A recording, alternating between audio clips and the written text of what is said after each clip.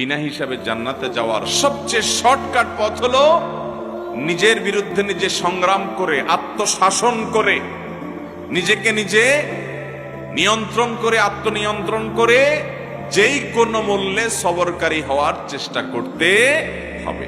যারা ধৈর্য ধারণ করতে পারবে, সবর করতে পারবে, যারা হটমেজাজি হবে না, যারা হুটহাট করে কিছু করবে না, আল্লাহ রাব্বুল আলামিন তাদের বিনিময় গুনে গুনে দিবেন না, হিসেব করে করে দিবেন না, হিসেব ছাড়া দিবেন, বিনা হিসাবে দিবেন আল্লাহ তাআলা।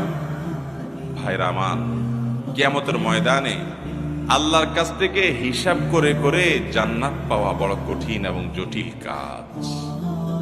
শুধু নামাজের হিসাব যদি দেওয়া হয়, সারা জিন্দেগির হাজার হাজার রাকাত নামাজের মধ্যে 2-4 রাকাতও টিকবে কিনা সন্দেহ। মনোযোগ নাই, দৃঢ়স্থিরতা নাই, শত ত্রুটি। এরকম প্রতিটা ইবাদত আল্লাহ তাআলা যদি পুঙ্খানুপুঙ্খ রূপে হিসাব করেন, তাহলে হিসাব করে, হিসাব দিয়ে আল্লাহর কাছে জান্নাত পাওয়া এত সহজ না। তাহলে বিনা হিসাবে জান্নাতে যাওয়ার সবচেয়ে শর্টকাট পথ হলো নিজের বিরুদ্ধে নিজে সংগ্রাম করে, আত্মশাসন করে, নিজেকে নিজে নিয়ন্ত্রণ করে, আত্মনিয়ন্ত্রণ করে যেই কোনো মূল্যে সবরকারী হওয়ার চেষ্টা করতে হবে। চেষ্টা করব না ইনশাআল্লাহ? আল্লাহ তাআলা আমাদের সবাইকে সবরকারী হওয়ার তৌফিক দান করুন। ভাইরা আমার, আমাদের সকাল থেকে সন্ধ্যা পর্যন্ত কত বেসবরি হয়, এটা আমরা যদি হিসেব করি তাহলে দিন শেষে দেখবেন যে জায়গায় জায়গায় মানুষের সাথে বেসবরি করেছেন। বেসবরি তো মানুষের সাথে করে করে, পশুর সাথে, জীবজন্তুর সাথেও করে। এমনকি জীবজন্তু না, নিষ্প্রাণ কোনো জিনিসপত্র, তার সাথেও মানুষ বেসবরি করে, তার সাথেও মানুষ অধৈর্যশীলের কাজ এবং আচরণ করে। রাস্তা দিয়ে যাচ্ছেন, হঠাৎ করে ইটে ধাক্কা খেয়ে পায়ে একটু ব্যথা পাইছেন। এবার ইটের মা বাপ 14 গোষ্ঠী ধরে গালি দেয় না অনেকে, কিরে ভাই, ইটে বেচারার মা বাপ নাই তো, গালি দিলে তো তার গায়ে লাগবে না, অভিশাপ দিলে তো তার গায়ে লাগবে না। তিরমিজির এক হাদিসে আসছে, নবী করিম সাল্লাল্লাহু আলাইহি সাল্লাম বলেছেন, যে ব্যক্তি অজায়গায় অভিশাপ দেয়, যার মধ্যে অভিশাপ পড়ার উপযুক্ততাই নাই, ওই অভিশাপ ওই ব্যক্তির দিকে আবার ফিরে আসে। দুনিয়াতে আমরা যা যেভাবে চাইবো, হুবহু সব কিছু আমার চাওয়া অনুযায়ী বেটে বলে হয়ে যাবে, হবে না। ইমানদার সে যখন এইভাবে আল্লাহ তাআলার ফয়সালা, আল্লাহ তাআলার তাকদীরকে চিন্তা করবে, তখন তার জন্য সবর করা সহজ হয়ে যাবে। যে আমি দুনিয়াতে যা যেভাবে চাবো, হুবহু সেই জিনিসটা সেভাবে হয়ে যাবে না, বরং আমার চাওয়ার বিপরীতে বহু কিছু হবে, এবং আমার চাওয়ার বিপরীত হওয়ার মধ্যে কল্যাণও থাকতে পারে। এই কথা চিন্তা করে ইমানদার আরো হেসে দিবে যে হায়রে, এত চেষ্টা করলাম, এত কিছু করলাম, কিন্তু হলো না।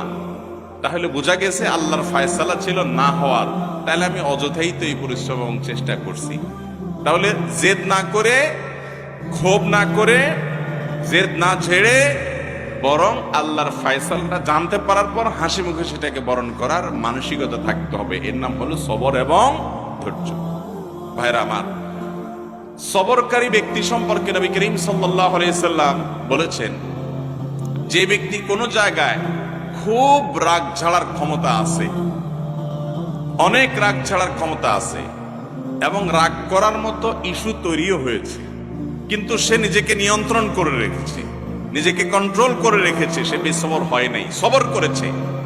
নবী করিম সাল্লাল্লাহু আলাইহি সাল্লাম বলেছেন, এই গুণের মানুষ যখন আল্লাহর সঙ্গে সাক্ষাৎ করবে কিয়ামতে, তাকে আল্লাহ রাব্বুল আলামিন জান্নাতের হুরাইন থেকে যেটা খুশি সেটা নির্বাচন করার ইখতিয়ার শুধু তাকে দিবেন।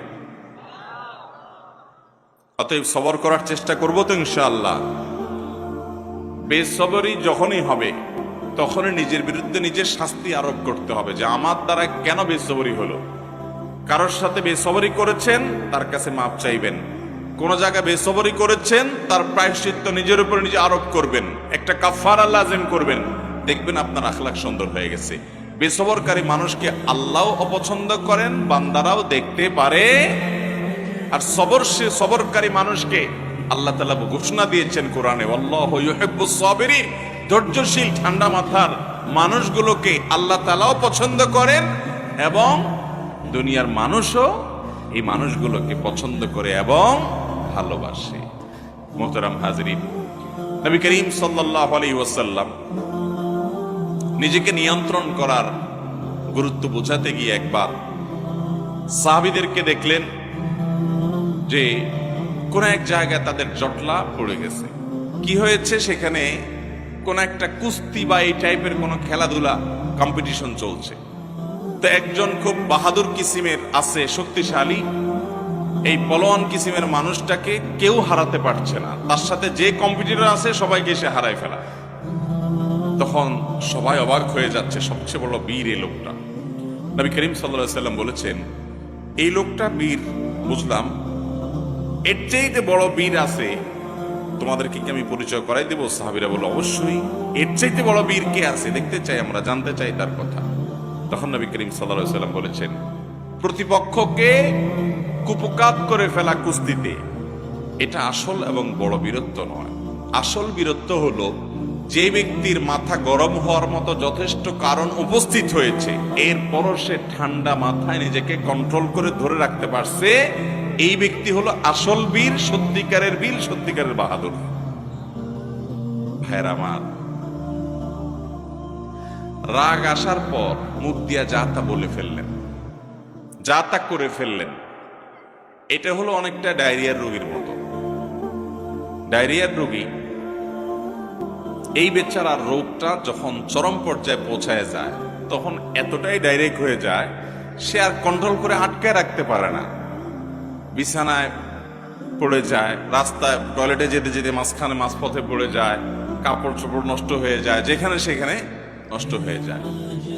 যারা বদমেজাজি, মেজাজ কন্ট্রোল করতে পারেন না, যেখানে সেখানে যা তা বলে ফেলেন, পরে চিন্তা করেন, ওফো, এটা একটা কাজ হলো, এখানে তো করা উচিত হয়নি। ওই ডায়রিয়ার রোগীর মতো চিন্তা করে, হ্যাঁ এখানে পড়ে গেল, এখানে তো ফলানো উচিত হয়নি, কিন্তু সে ডাইরেক্ট হয়ে গেছে, নিজেও জানে না।